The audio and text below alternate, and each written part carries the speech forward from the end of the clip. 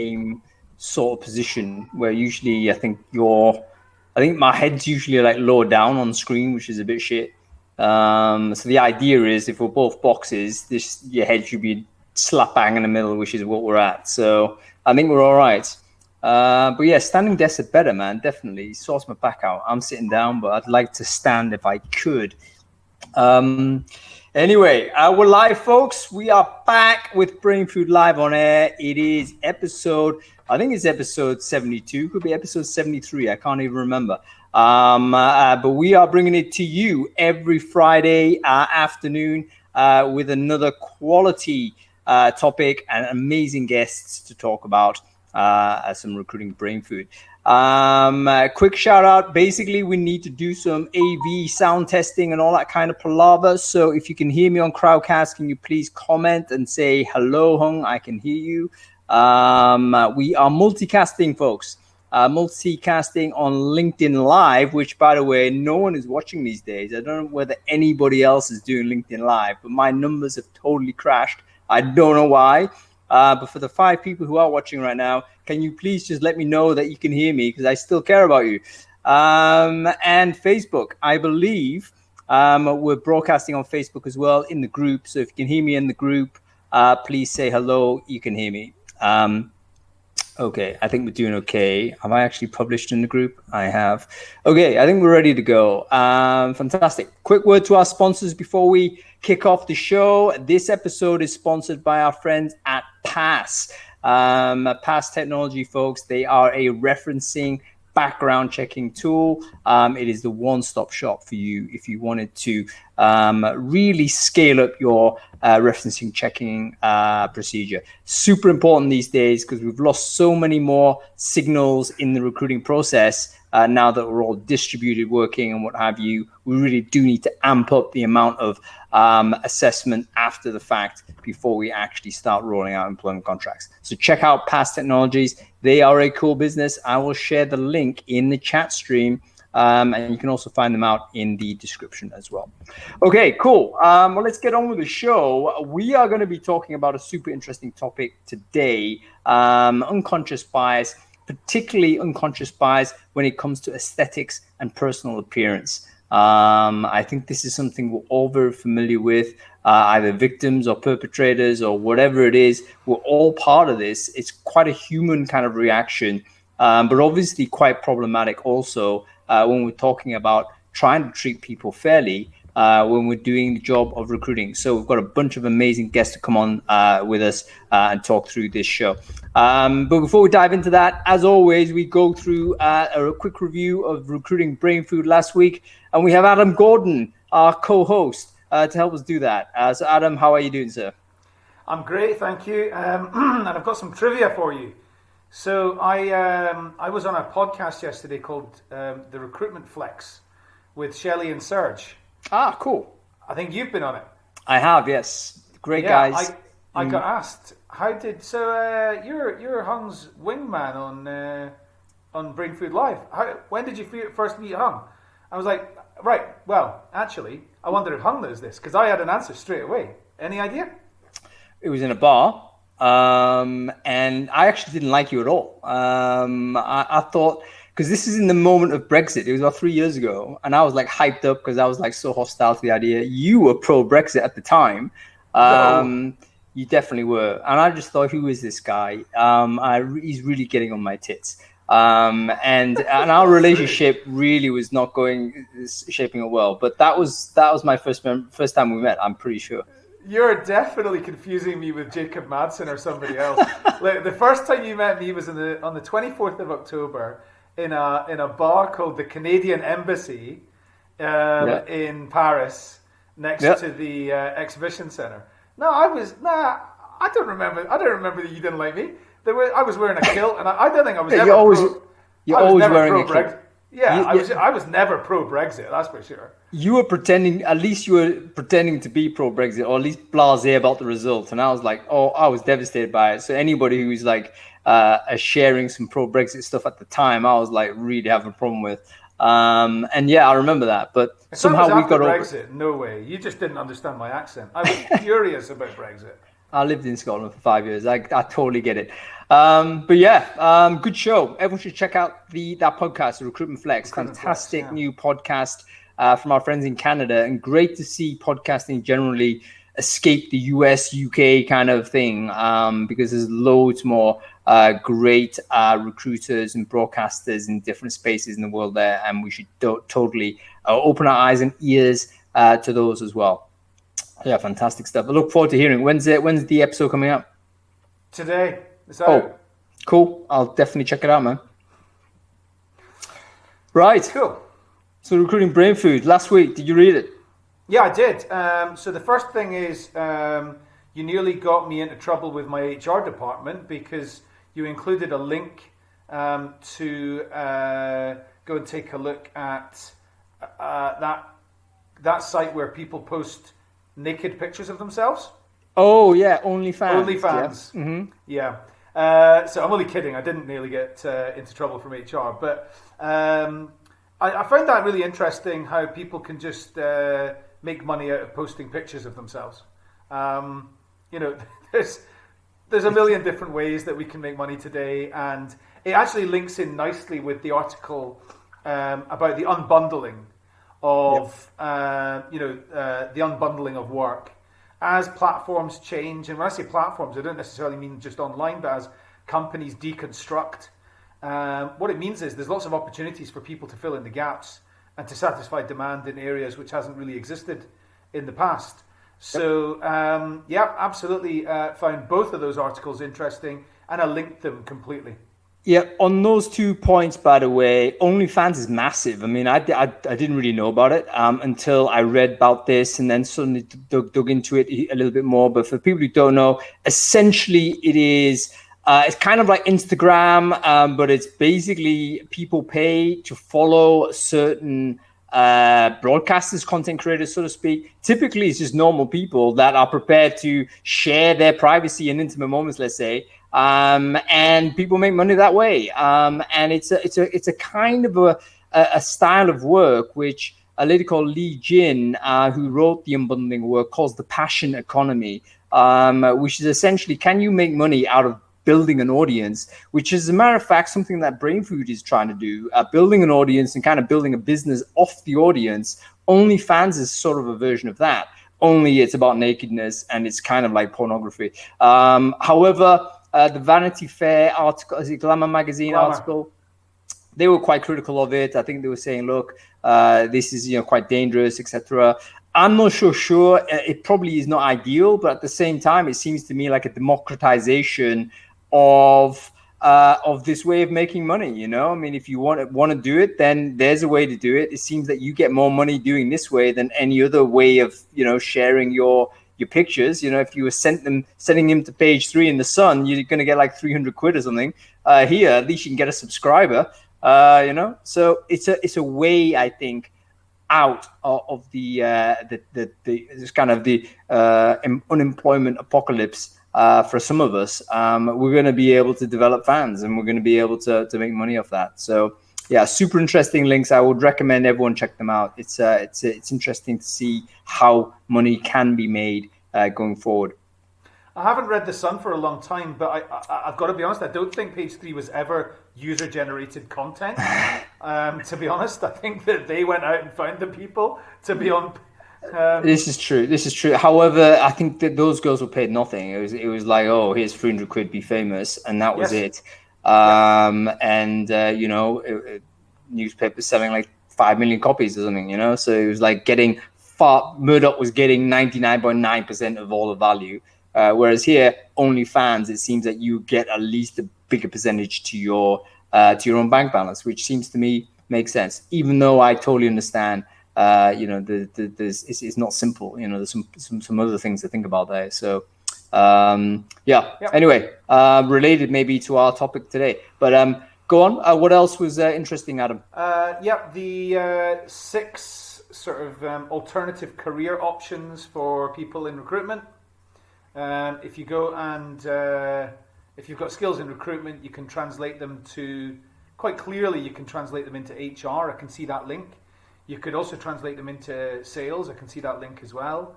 I think that translating them into marketing depends on whether or not you're a good recruitment marketer, because if you are, then absolutely translating that straight into mainstream marketing, I get.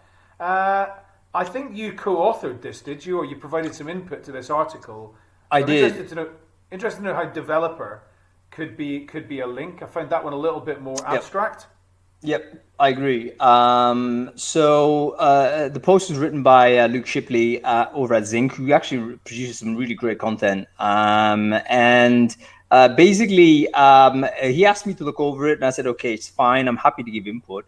But at the same time, it's got to be very explicit that I'm giving input whenever that type of situation occurs. So I give him some guidance on that. I think the developer was interesting because there's probably a branch of recruiters that are super technical in the sense that they are, technical sources. They're able to write scripts and automate their work and stuff like that. And those types of people, I think, could transition into some sort of tech role along those lines. Whether you go straight into being a hardcore, full-on software engineer, probably not. But there's a few people out there that have technical skills that have made that transition. And one of the rules I kind of set with Luke was that, listen, you shouldn't put in an alternative career path for a recruiter unless you can cite an example of someone who's made that move. And he was able to do that. So there have been recruiters that have become software engineers as a result of it, which is fascinating. So just to give a bit of context, this post is all about, hey, listen, we kind of got to be sensitive to alternative career paths for recruiters right now. That's normal. Recruitment is an oscillating kind of industry. Whenever there's a big crash or a contraction, a lot of people slide out, take 3 years, 4 years, whatever, and then maybe come back in. What are the alternatives out there? And I thought that was a useful post and a popular one. It was the most popular one that week. So that tells his own story. Yeah. Absolutely. Okay, one more. There's a few others. Which one to choose? I guess the one that I'm most interested in is automation technologies, and the guy's post about how he got a job working in an Amazon warehouse without having talked to a human. Right. I don't know whether that was Amazon directly or whether that was Pontoon Solutions, who have been building these solutions, including for like recruiterless solutions, including for Amazon. Mm-hmm. But this is not how we're going to get jobs in warehouses in the near future. This is how we're going to get a lot of jobs in the near future, including into sort of traditional kind of white collar jobs as well. There's a lot of jobs that you're not going to be talking to a human, and certainly until the hiring manager stage. Yep, and even if there is a hiring manager, with Amazon, this is the work performance is algorithmically organized. So, they'll monitor your performance. They'll literally, be able to give you updates, see how you're doing, how many toilet breaks, monitor everything. So there is no real room for a manager there. It is a job. It's not a career. I think Amazon are pretty clear on that. You're a shelf stacker, essentially. You're coming in to work in the warehouse. Here's your money. Here's the deal. I'm not sure they're presenting a career path for this particular type of job. And they're just saying, hey, here's the pay, here's the job, come and do it. And for that type of function, that type of role, you probably don't need a manager. If people can monitor your performance, let's not forget, we call it a line manager. Why? Because that manager looks after the line, assembly line. And what is that guy doing? He's literally monitoring whether you're doing it fast enough. And if the machine can monitor that and software can monitor that, no need for you to be there. One thing I hadn't quite appreciated, and I don't know whether you're assuming this or you actually know this, is that, do these people actually have no manager? Or not? Because that's pretty radical, and I haven't heard that. There's if you think about what a manager is in a warehouse, you don't really need. Yes, there's the foreman. I guess there's different levels, right? But for the job this guy was doing, and I've just shared the link in the chat screen, by the way, the job this guy was doing, I think, was the standard. You got to move these boxes around, which is something the robot can generally do anyway. It is monitored by software. You can actually figure out, okay, this person is doing it a very good job. He's efficient. He's doing well, etc. Tick the box. A manager, I think, may still be required when you are talking about things like career development. Let's say I hire you and I actually care about your future, which as a business, I shouldn't be obliged to do that. If it depends on the deal, right? But if I want to build that type of company where, hey, I expect the loyalty back in some way, you're going to be 3-year commit to me, I'm going to build your skills and, all the rest of it, then yeah, that's where you might need a manager or a career developer or something like that. You can test loyalty with pulse checks, and you can give them the career path with some kind of org structure and get them to just a position where they want to be next year and the year after. I'm not even sure humans need to do any of those things.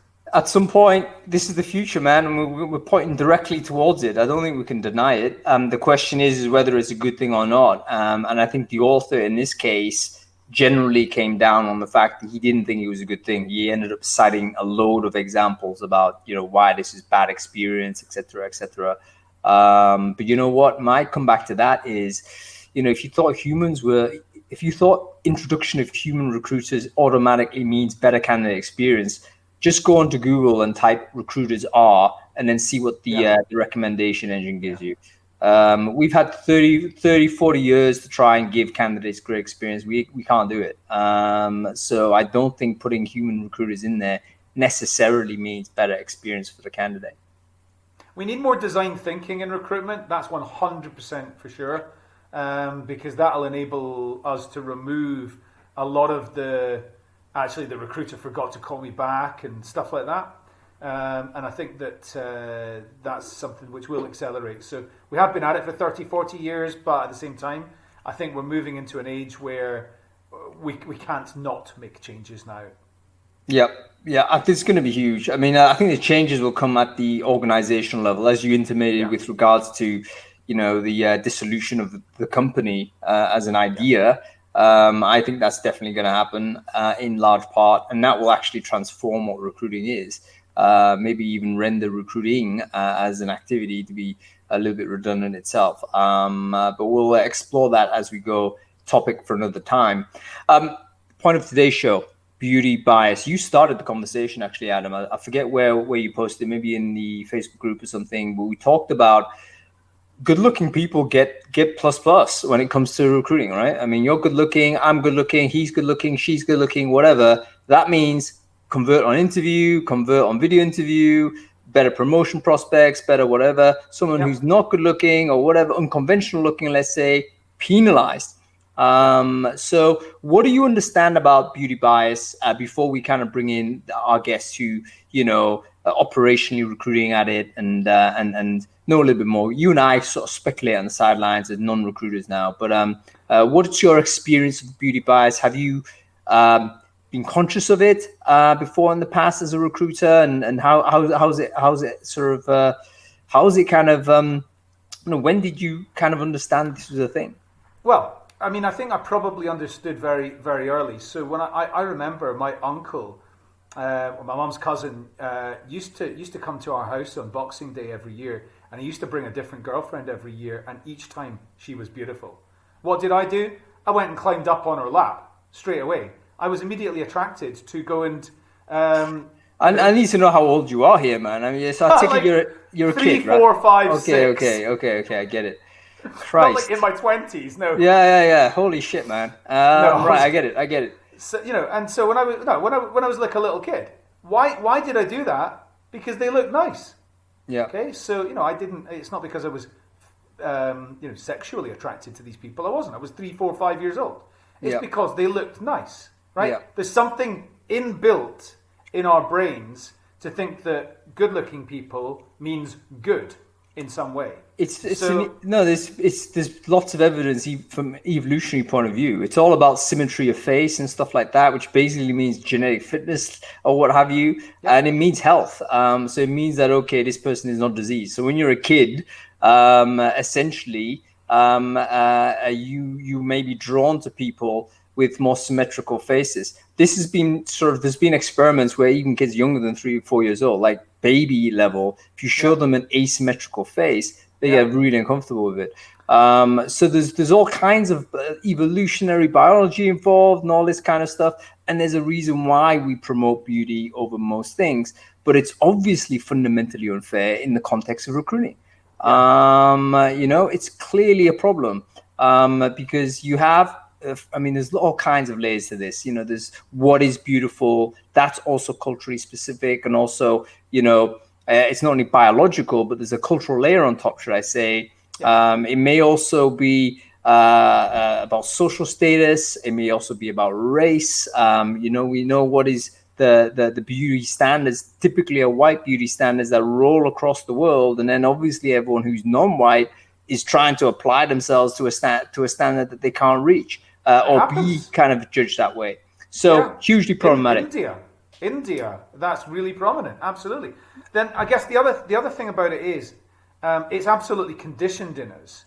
And it's conditioned in us not just through that nature, but through like media and culture. Like, of course. He-Man is much better looking than Skeletor. Right. Yeah. Right. Good and evil, attached to beauty. Exactly. So that's another thing. But then I used to find it semi-amusing, and now I'm 43 years old. Maybe that's partially why, I don't know. I think it's really distasteful now. When I walk into a PR agency and I look around and everybody is good looking, and I'm like, this is a problem. I walk into a recruitment agency and it's the same. I walk into an events company. I walk into an event and I'm greeted by a bunch of often female, probably 3/4 female, 1/4 male, that sort of thing.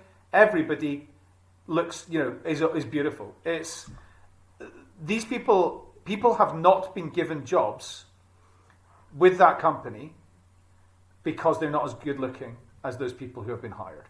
Right. I think that's a problem.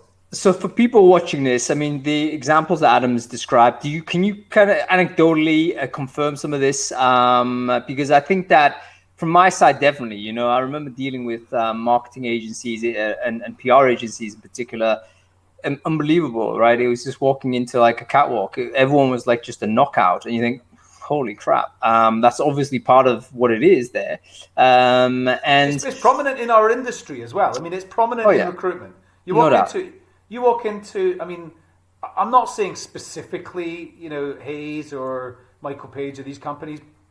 I am. I've just named them. You walk into those companies, the average person's much better looking than the average person walking down the street. Right. And I tell you another thing, leaving agencies world aside for a moment, but any kind of consultancy or client-facing type of business seems to also be this way.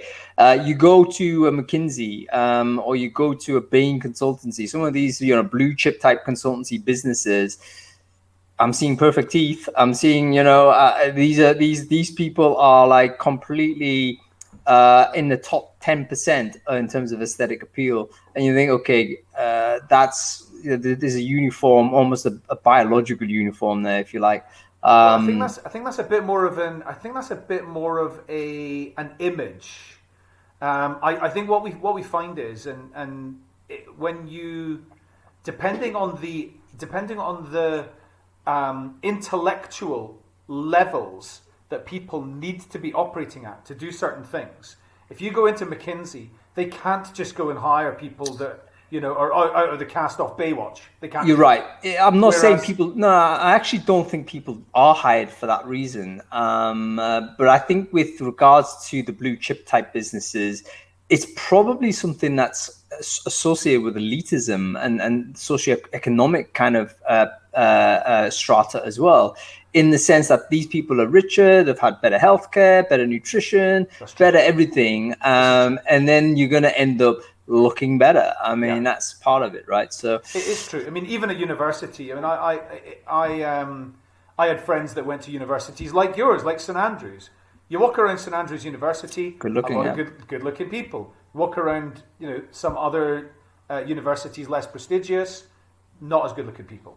It's really so this is pervasive in society, and major diversity problem, right?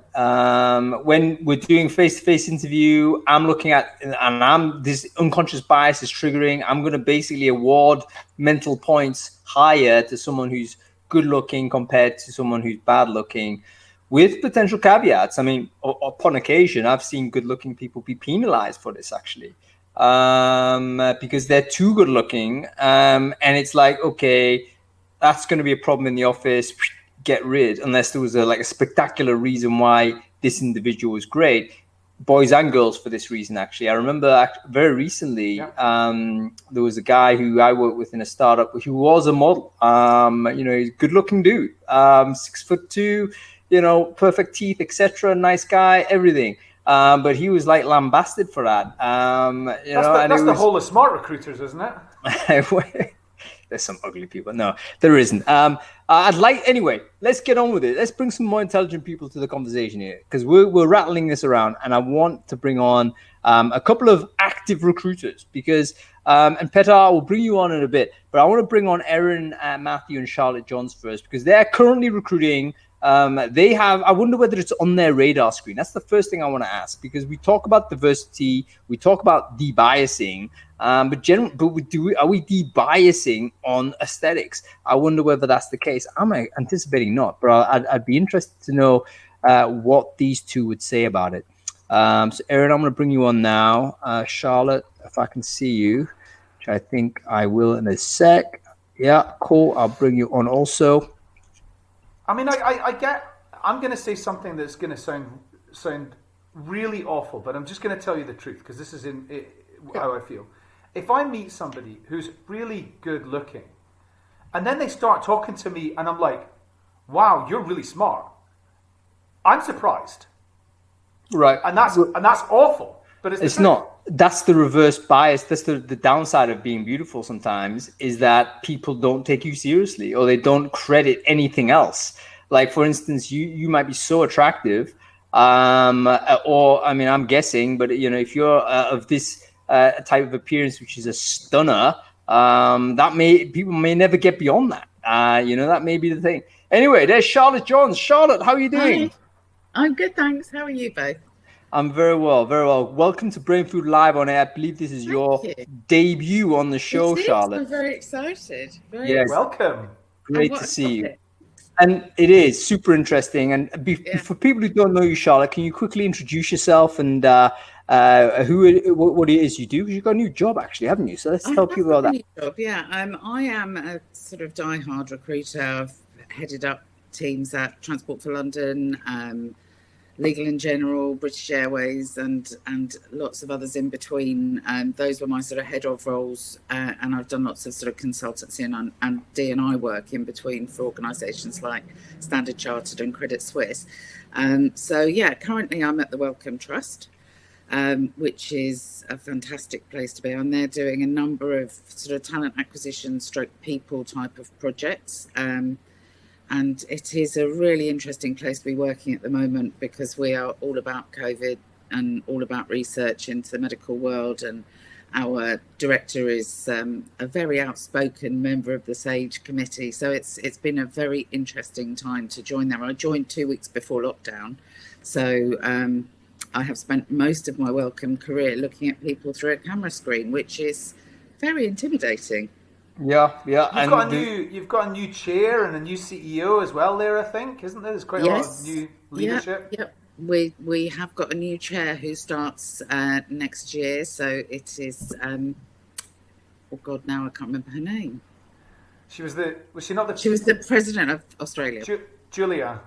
Yes, Julia. So she was, so she joins next year. We've still got, and we've got Jeremy Farah, who's our director, and a really interesting group of people to work with. And it's actually one of the first places, in fact, the first place where I haven't seen sort of beauty bias being so prominent, because people respect the beautiful minds of the people that work in research in this kind of world. It's all about intelligence. This is super interesting segue into the topic, Charlotte, because this is a fascinating topic, isn't it? And I've got to be honest, I think it's sort of hidden, like we don't want to deal with it. There's some other conspicuous diversities, if you like, that I think we're all kind of aligned and on board with. But I haven't seen any movement to sort of say, hey, listen, we need to really think about the aesthetic side of it. And, are we over-indexing unconsciously on the good-looking people and getting them these opportunities. And we know the data on it. And Patrick, actually, thank you for sharing your data both here and on LinkedIn on all kinds of life impacts, from legal sentencing, for instance. If you're good looking or rated better looking or whatever, you get like lighter sentences. You look at sort of people's height, often considered a beautiful thing for guys. The higher you are, you basically get better promotions, better salaries, better whatever. So pervasive throughout society. But let's talk about how it is in our world, recruiting. What's your experience of hiring in a non-biased way, dealing with this particular issue of appearance? Has this been a thing that you've got experience with before, Charlotte, or is it something that it has been hidden and it's not something that we've dealt with? I think it's really interesting because one of my previous roles was for a consulting organization, and the hiring message there was that we have to go into, in fact, two roles I've had in consulting, being head of recruitment there, and both of those, it was, we need to hire people who are going to be able to go into any situation and kind of blend in, so they shouldn't stand out for any reason. So it's kind of, I mean, it was the unspoken rule, they shouldn't be too beautiful or too ugly or too short or too tall, so they could kind of follow that kind of, we will fit into any situation seamlessly and be trusted and not doubted. So I think that's probably and it wasn't so much sort of spoken about, but it was very much part of the decision-making process, I guess, in both organisations. Yeah. Was this on MI5 or something? I wish. No, not MI5. But yeah, I think that's part of that kind of fitting into the world of consulting, where you can almost have that chameleon, like, that you can blend into whichever scenario you find yourself put into. And if you are extraordinarily beautiful or extraordinarily tall, unless, or extraordinarily ugly, I guess, but ugly is down to perception. Tall and beautiful, I guess, are fairly commonly held beliefs. But yeah, I guess those ones were you didn't want to stand out too much. I'll tell you what, there's probably an extreme level of beauty where it becomes problematic. You know what I mean? I think most people, maybe there's a spectrum of it where, there's people on the lower end who obviously may have, conspicuously not attractive, and that they have a bunch of challenges. Most of us are somewhere in the middle, but plus or minus one way or the other. And then it gets to the point where, all right, if you're upper quartile, let's say, generally speaking, that's where you get all of the pluses. You are conspicuously, you are good looking, better than average. Everyone thinks you're better than average. You're going to get these plus points. But then you might end up being too good looking, like my friend who was the startup guy, and he was disparaged. He had to carry that.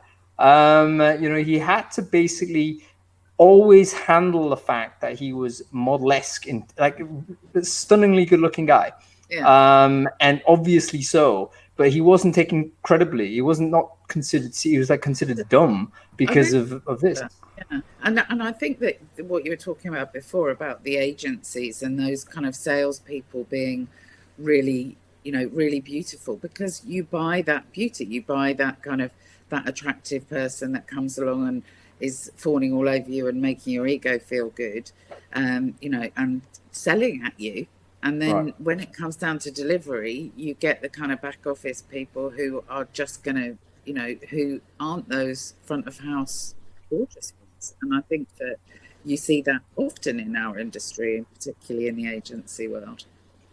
What can be done about this? This is, so, what you've just described is absolutely correct. And this is a clear discrimination that's happening. So should something be done about this? Is it too ambiguous a subject?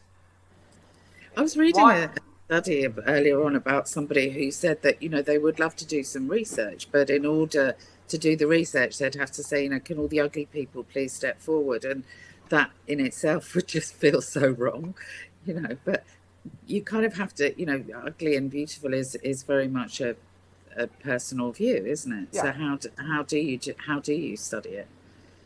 So difficult to handle, but it's one of those that we kind of viscerally understand is there. Does the face fit? We've heard the euphemisms in recruiting, or the person's face doesn't fit. Not quite us. This kind of thing, and you sort of know what you mean by that. It's like you basically have a problem with this person's appearance. I want to talk a little bit about whether it's a legitimate assessment. Like, we're talking about best fit for job. This is now heading towards tough territory, right? Best fit for job. This is a sales role.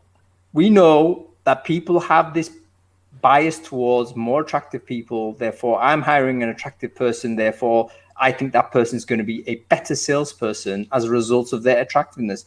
Is that a legitimate way to actually recruit somebody? I would argue that there's a lot more to it than that. That's a factor. I mean, thinking of Adam, aged questionable, sitting on people's laps, I think that as a child, I similarly had sort of my parents' friends coming through the house, and if there was an attractive man, I would probably do the same thing. And, but it was also that they were funny and that they were confident, and in some case, well dressed, smelled nice. Age sort of 4, I remember, my aunt's boyfriend always smelled amazing. I couldn't tell you what he looked like, but so I think that there are an awful lot more sort of senses that we could appeal to, as well as how people look. So we do need to get deeper than the sort of aesthetics, and somehow find a way to sort of harness that. The confidence, the knowledge, the ability, the closing a sales deal is not something all beautiful people can do. No, but it's not in isolation. No, I'm talking about, is it a factor that we can actually recruit for? I mean, I think it's probably illegal in the UK. Someone tell me whether that's possible to do, to say. I'm sure it's. Well, it is. Yeah. Oh no, I don't think it is illegal. If you go and look at British Airways cabin crew policy, you can't be under a certain height, you can't be over a certain height. Good point. Good point. So it's absolutely not illegal. That's because of health and safety. If they're too short, they can't reach the overhead lockers. Is that BS though? Because otherwise, it's men and women have different heights. So or is that true? I mean, if someone who works in Airways, please let me know. But I'm pretty certain Adam's correct in the sense that the height determine the height kind of restrictions are based on gender also, so you can't actually make the case that it's about health and safety, because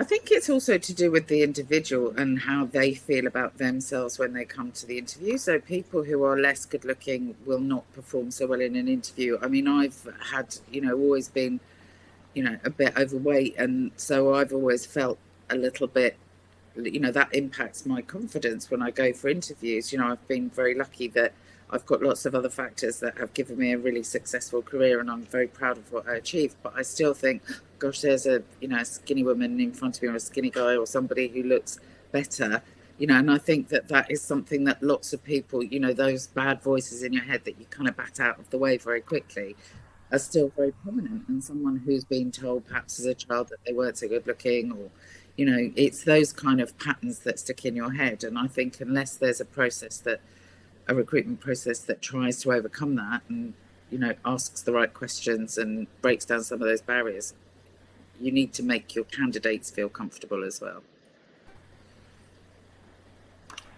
This takes it further and further into the realms of too difficult to solve a little bit. It doesn't. Sorry. Again, what hung you earlier? No, hang on. I want to bring on someone who thinks they've solved it, because I'm going to bring on Petar Vujasevic. I think that's your name, Petar. I do apologize for mangling it. But I've known Petar for a long time, and he's actually got a technical solution that is, I think, designed to eliminate this type of bias. And it's basically about removing it's a blind recruiting process. So part of the thing is to say, look, we accept that everyone is biased, because this is a human thing. We accept that also it is not positive, because it means that we've got unfair way of assessing people. and we may have to do it in a different way. So Pera, welcome to Brainfood Live. Good to see you, man. Good to see you as well. Good to be here. Also, a first-time guest on the show. So A debut. Before we begin, Pera, can you quickly just introduce yourself to the audience, please? I am part of Gap Jumpers. Some of you may have heard about us. I've been working in the space of bias decision making in hiring, selection, promotion, and retention for the last 9 years. So we kind of know a little bit about bias, and mostly we just steal other people's ideas, particularly academics, and kind of rework them into products and services, which is basically what I'm going to be doing here today. So if anybody expects anything original from me, no. I'm like the Noel Gallagher of diversity and inclusion. That is a great line to end any intro, Pera. And you know what? It's really interesting to get your view on this, because I've always kind of known you as a person that really cares about the de-biasing of the assessment side of things. How prominent do you think, what is the solution to this? I get it with a blind interview. Is that the way to do this? Like, literally don't look at people? No, actually, if you're Matt Mullenberg of Automatic, then yes, you go, you just hire purely based on chat. But there is actually an interesting paper. If I can I share my screen just so that people can see the paper, and then I'll share the link because I have it on Sci-Hub. So I don't know if everybody can access it. Probably, if you share the link first, Peter, that'll probably be better. I don't think anyone's going to read it. Okay. So, and it's a paper which talks about attractiveness in the space of recruitment. And I'll just quote one paragraph. Two things that are interesting. First of all, they make the distinction between taste-based discrimination, which is discrimination unrelated to merit, which is what we generally call bias, and statistical discrimination, which is a preference based on an expected performance. You can either discriminate saying, hey, I just don't like you because you are man or woman, or I can say, you know what, I'm going to be hiring a attractive person because it is a factor that we can causally actually show that it is a factor in our hiring, and hence we will, hire people for particular roles that are slightly more attractive than the average. And one quote out of this research, just to set the context, is it says, on average, better looking people possess a slight advantage in human and a small but notable advantage in social capital compared to less attractive people. Now, they define human capital as, your skills, your credentials, your actual ability to do the work, and social capital as being something that is in the realm of how can I make relationships, how can I, fundraising, being a somewhat of a political person in an organization, and having those types of skills. So this particular paper cites that, there is actually a lot of cases of what they call taste-based discrimination, where people just, let's be blunt, say, I don't want to hire ugly.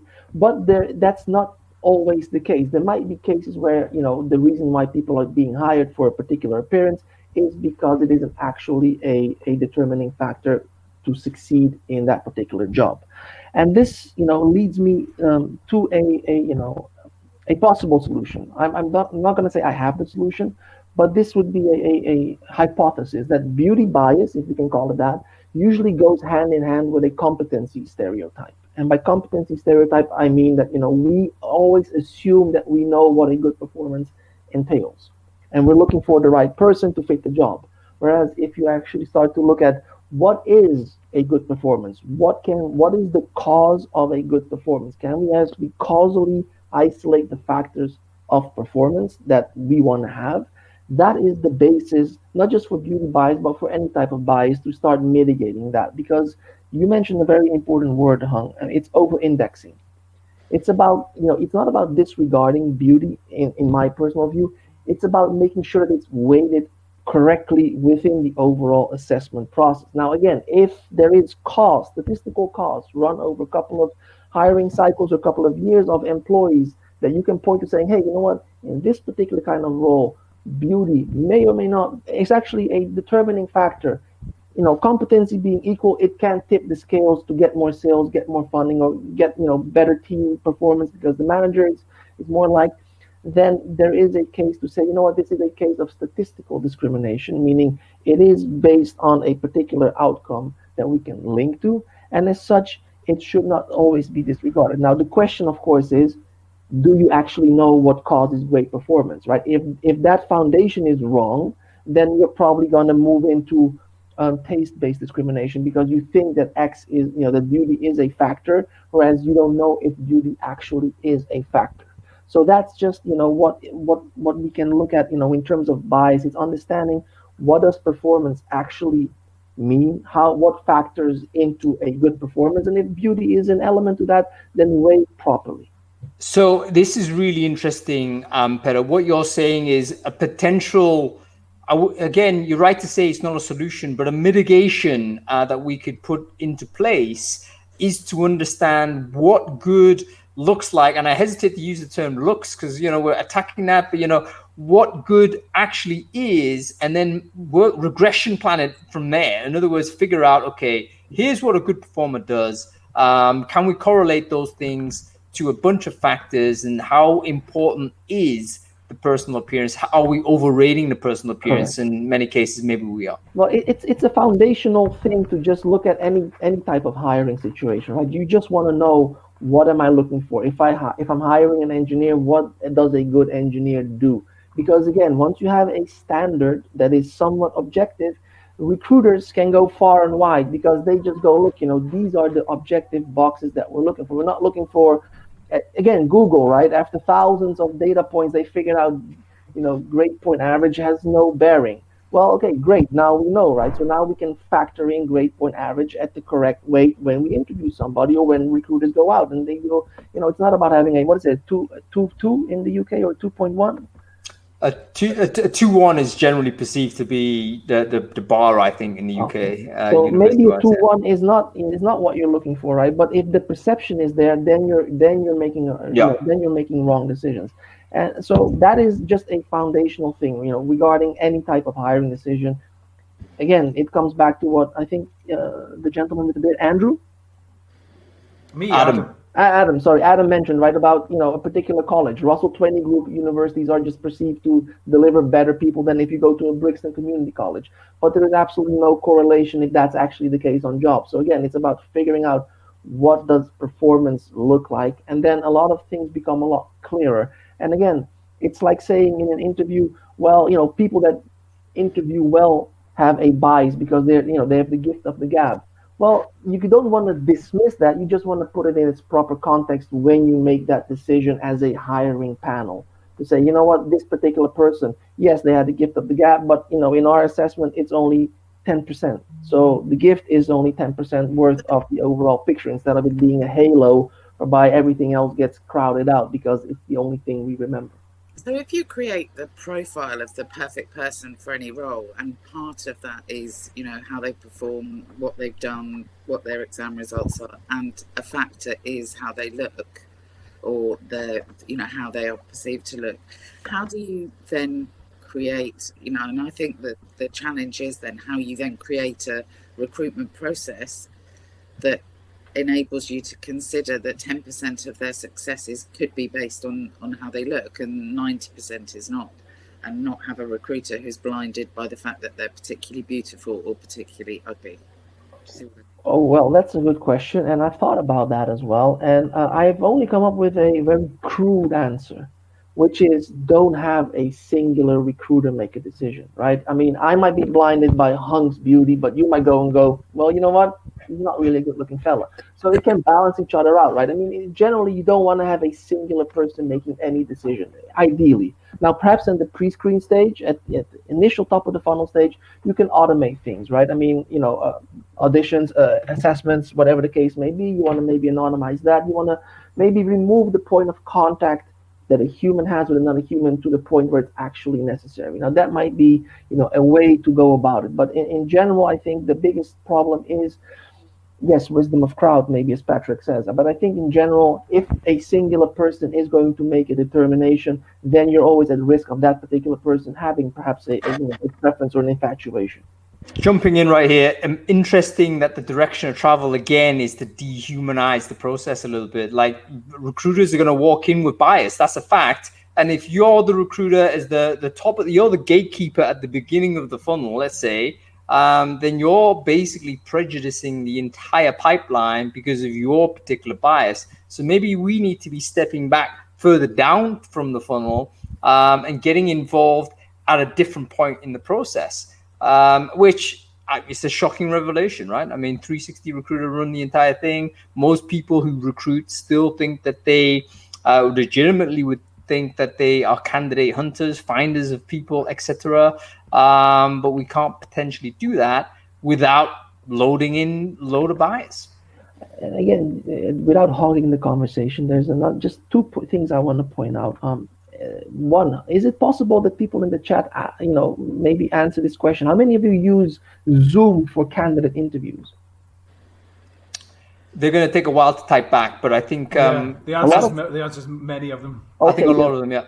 If beauty bias is something that you're against, then you should boycott Zoom, because Zoom has a feature that says enhance my picture, right? So any company that says, look, we agree that Zoom, that the beauty bias is not a thing, don't use Zoom, because candidates can actually enhance themselves as well, right? So it's again perpetuating the thing. I'm being a bit tongue in cheek here, but again, companies are kind of building an ecosystem that, hey, here's filters, make yourself more presentable, make it all about that thing. Whereas if I can borrow slightly from a very underrated cousin of the behavioral science branch, which is the pickup artist community. Well, there the big problem is, right? The big problem there is you got a bunch of guys. Most of them are, on the lower end of beauty, and their bigger problem is I want to attract a beautiful partner. So how do they counter that effect that they're not beautiful and they're going after beauty, which is high volume? No, not high volume, yes, but once they have contact, it's about let's say the pickup line, right? Or in general terms, have a better story. As a candidate, it's my hypothesis that you can mitigate some of the beauty by actually wowing a recruiter with, you actually have a great story to tell. It's like cold emailing, right? Or a recruiter. A recruiter might say, the candidates are not responding to my emails. Well, what's your headline? Hey, you want to work at my company. Nobody's going to be attracted to that. So again, story might mitigate the visual. Again, just from a candidate point of view, because I don't want to put all the blame or the responsibility on the company side. But again, a good story can capture somebody's imagination that makes you forget their beauty as well, just as a sidebar. So what about if you turn the camera off? So great point. Absolutely. There's a lot more power from having a Zoom conversation with the camera turned off than there is from having a phone call, weirdly. So I think you know what, Charlotte, sorry to interrupt, but I reckon that's a terrible idea, because we've defaulted now to video on, and the worst thing you can do is to go video off and then assume people are going to just fill it in with something anyway. So in other words, let's say the impact of a beautiful person is to just make me feel good. If I'm speaking to a beautiful person, I just feel better because I'm interacting with this beauty here. So that's the first plus. But if it's a blank screen, that's worse than nobody there. It's almost like, why am I? Because my camera's on, that person's not. There's an equitable problem there. Yeah. I don't think that's good advice. I think we need to get camera on. We need to figure out how to get over the problem. Yeah. Zoom is maybe exacerbating it by saying, "Hey, here, make yourself beautiful." I don't know. I mean, I literally have no clue how to fix this particular issue. Well, there's just a few other things, right? In America right now, in the state of Illinois, there is actually laws that have been enacted, particularly around video conferencing, video interviews, to actually start helping protect the rights of candidates. Now, the first draft of the law is that you can actually refuse to take part in a video conference, in a video interview, and they actually need to then give you an alternative. And now they're looking at legislation to actually get candidates to be protected as well, in terms of, hey, what happens if I am not of the norm? How can I then still have a fair shot in the actual interview? So again, legally speaking, there are, bits and pieces that people are trying to introduce. There's a couple of states in the US that have made height and weight a protected class. But in general, beauty is not something that has yet been legislated or is seen as a protected class. I mean, Abercrombie and Finch, I don't know if they exist anymore, but back in the day, they got a $50 million fine because they were only hiring WASPy floor people, sales assistants on the floor. And the problem was that they were all beautiful, but that wasn't the problem. The problem was that they were all, white. The moment they started hiring diverse, beautiful people, nobody had a problem with it from a legal point of view. So I think going down the legislative branch might be very difficult. And I think from my point of view, it's more about, okay, how do we actually make sure that the interview process, which has multiple steps, is weighted correctly so that you don't just make a decision on beauty, right? I mean, is there past performance? Is there an assessment? Is there a body of evidence that at the end of the entire process, Adam and Hung and myself can say, we sat down and this particular candidate, they're good because we know actually what performance looks like. Let me move it on to, because we're running out of time here, I'm afraid, but because this is a fascinating conversation. Let's have a look at the world that we have now. Like we're talking about the beauty bias, I think very, very prominent back in the day when face-to-face interviewing is bring this person into the office, meet the team, etc., etc. Probably these are multiple points where the beauty bias is going to be more, we're going to see essentially it will be spread more because this person is exposed either way. But now we're in remote distributed work. Is that going to help? Because maybe we can all do the Matt Mullenweg, by the way, CEO of Automatic, a well-known distributed business, just remote-only business, never meet, no office, that kind of thing.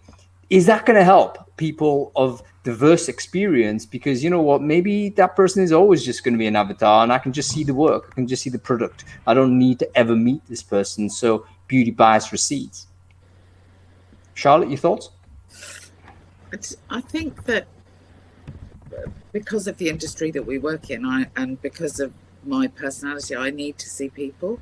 And so, but I think that an industry where, an industry where you don't see people, yes, you will respect the quality of the product.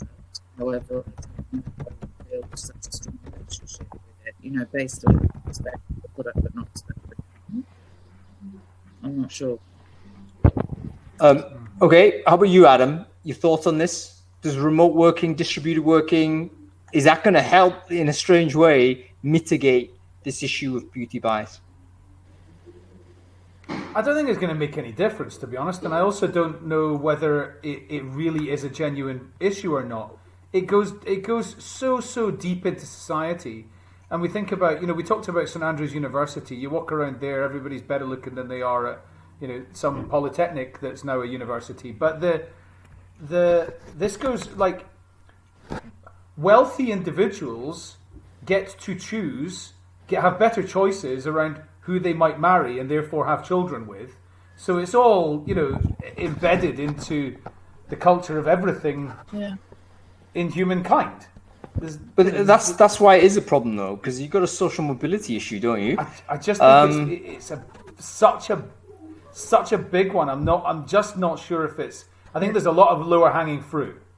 Also with a lot of people who I come into contact with in my job and in my social life have said that all of this time sitting on cameras, they are in the queue and the waiting list for the Botox, fillers, etc. So a lot of time sitting looking at yourself has a very negative impact on a lot of people, men and women of different ages. Well, hang on.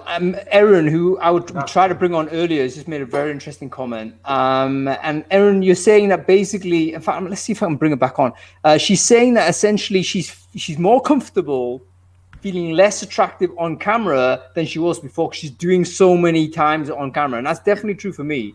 Usually I put the makeup on and the lighting. No, I don't. But you've got your Crowdcast filters on, have you not? So everything, mate. I think it has gone in that there was a peak at the beginning, and perhaps it has died down a bit. I think basically because we do it so often, you just have to deal with it. It's like I have to get on with my day. I can't be like making sure my hair's all right and all this type of stuff. Yeah, she's here. Erin, how are you doing? I'm great. Can you hear me? I can hear you. Sorry that we weren't able to bring you on, Erin. I know you've got loads to say about this topic, but let's jump straight into the last comment. You mentioned that actually you're giving less of a damn, essentially. Yeah. Tell me about that. So originally when I first started having Zoom meetings, I would look at my calendar for the day and I'm like, oh my God, I gotta do my makeup today. I gotta do my hair today. I can't look like a slob at work. But now that everyone's on Zoom, we don't have the energy to put that kind of effort in every single day. So I'm kind of at the point where I'm like, they value me at work for a reason. And it's not because of how I look. So I find myself allowing myself to, look a little bit normal on some days and not care as much about, dolling myself up for a video call. So I think that some people have had a little bit of that mind shift. I don't know if I'm the only one, but, we're more comfortable in our own homes. So we're less likely to, feel the need to wear anything other than sweatpants. You know what? Well, interestingly, I actually dress smarter before. So I used to when I traveled, I'd put on a shirt and a blazer or something like that, but then in my office I'd wear a hoodie. Because I'm not in my office, funnily enough, I actually always put a collared shirt on. So I'm not sure. I actually have probably started looking a little bit smarter than I did. But that's maybe because I'm actually doing more customer meetings than I ever have done. Yeah, because they're happy to do them because it takes 20 minutes instead of an hour.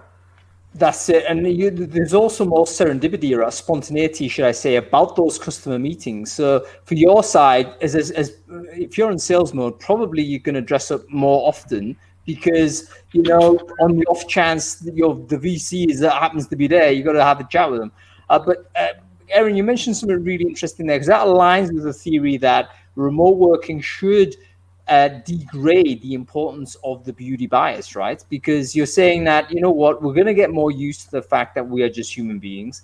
And stuff happens out of our control, which we've all had situations in the background. Stuff's happened. Like the barrier between professional and personal has completely shattered. And maybe the beauty bias is associated quite tightly with that dichotomy. Where there's a public face, if you like, and you're dressed up and you're all in this. But now that's kind of shattered because actually, the dog's just taking a crap and you got to fix that. So maybe the authenticity is going to help a little bit. I don't know. I think so. And Aaron McDermott actually made a good point in the chat as well, that there's more of a tolerance for us being our real selves, on Zoom because we're at home and life happens. And Jerry also made a good point.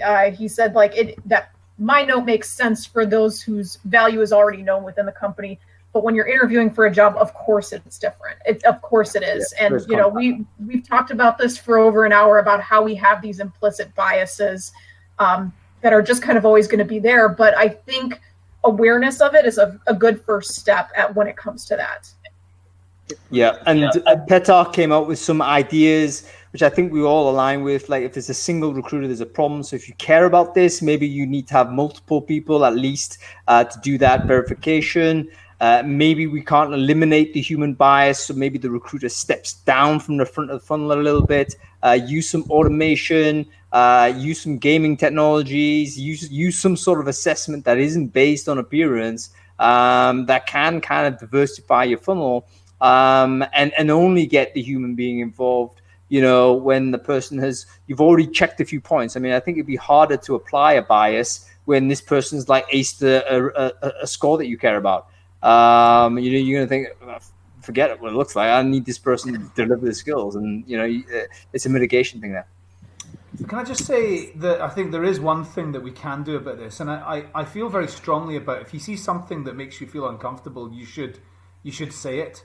And of course, in 2020, I think this is more prominent than ever it has been. If you see evidence of sexism, or you see evidence of homophobia or racism, or any kind of other bigotry, I think you should say it. Likewise, if you see somebody that's hiring people specifically because they think that person is a babe.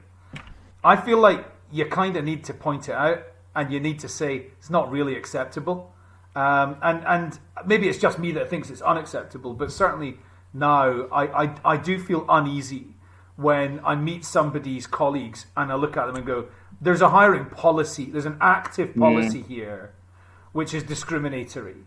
I feel like it's worthwhile pointing it out. Yeah, and I actually, when you say that, it brings me back to my very first recruiting job that I ever had, which was with an experiential marketing agency. So that was an added layer of challenge because being beautiful and attractive was basically a requirement for many of the positions we filled, which were mostly promo models for alcohol brands. And one of our clients, who is, I won't name them, but they're the biggest distributor of beer in the world. They wanted a specific look for every beer that they had. For one of them, they said, we want blonde hair, blue eyes, and a girl that can do a French accent, which made no sense because it was an Italian beer. So, but they would openly discriminate. Yes. It was insane. And what I noticed was that the same bias eventually started to spill over into the recruiting department. And I watched my TA managers look up a girl's Facebook page of someone that I suggested that we interview. They said she doesn't have the look we're looking for. And then I asked them point blank. I said, did you do this when I was interviewing? And they said, oh, yeah, we looked at all of your public photos on Facebook. And I said, well, I guess thank God I was cuter back then because, maybe I wouldn't have gotten that job. You know what? It's that kind of bleeding in of prejudice. I think that totally happens, doesn't it? Where if you allow certain type of bias to take hold, whatever it is, we're talking about beauty right now, but it could be whatever. That then ends up infecting other parts of the business. So you have to be really on top of this. Folks, this has been a fascinating chat. I really want to continue it. We should do like a beauty bias sort of part 2, because this is one that would go on and on. Folks, if you're interested in this, for us to do a replay of this, please let us know in the comments, because I'd love to continue. We haven't talked about gender for a start, because does beauty bias affect in different ways? And in what way? Of course it does, and who is the biaser? Who that is also gendered, I think. You talked about, men looking at women, women looking at men looking at men. All of these things make a difference. We haven't talked about race either, which is hugely important when it comes to appearance. I've been reading a few posts about sort of hair, natural hair appearance, and how, particularly in the US, where the African American community get penalized for wearing their natural hair. And when you kind of see that, you think that's insane, but then you realize, of course it is, because basically everyone needs to straighten, because that's the default beauty standard.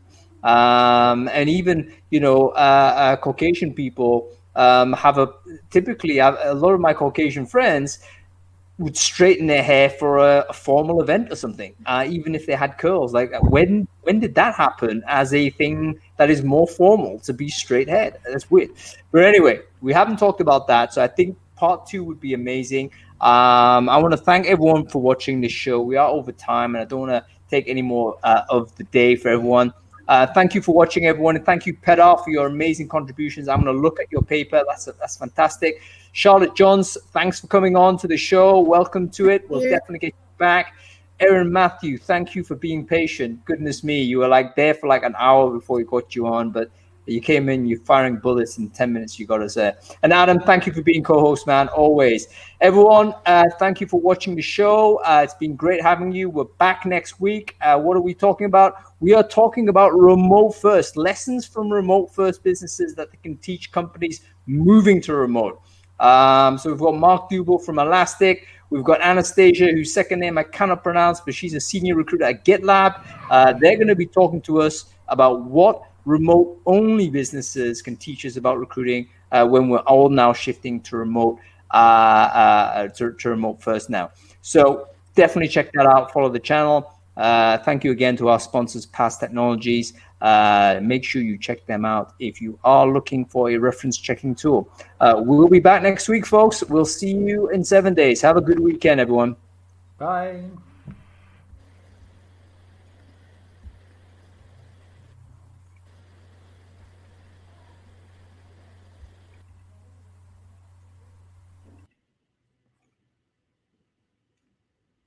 Cool. Thanks, everybody. I thought it was a great conversation. I'd love to have continued it, actually. So many topics we didn't touch upon, but I really love the 2 points. I don't even know why I'm doing this behind the scenes, but the 2 points I think Petar mentioned, I think was super important. Basically, you get one recruiter at the top of the funnel. He or she is going to put the buyers into the pipeline. So you need to get 2 or at least more people to diversify that analysis. And secondly, right at the end, maybe you need to drop the human recruiter down the funnel a little bit. Perhaps they're not so important doing that CV profile screen. Anyway, thanks everyone for listening. I appreciate it. Make sure you tune in to next week. We're going to do round 2 on this topic. It's fascinating. All right, take it easy.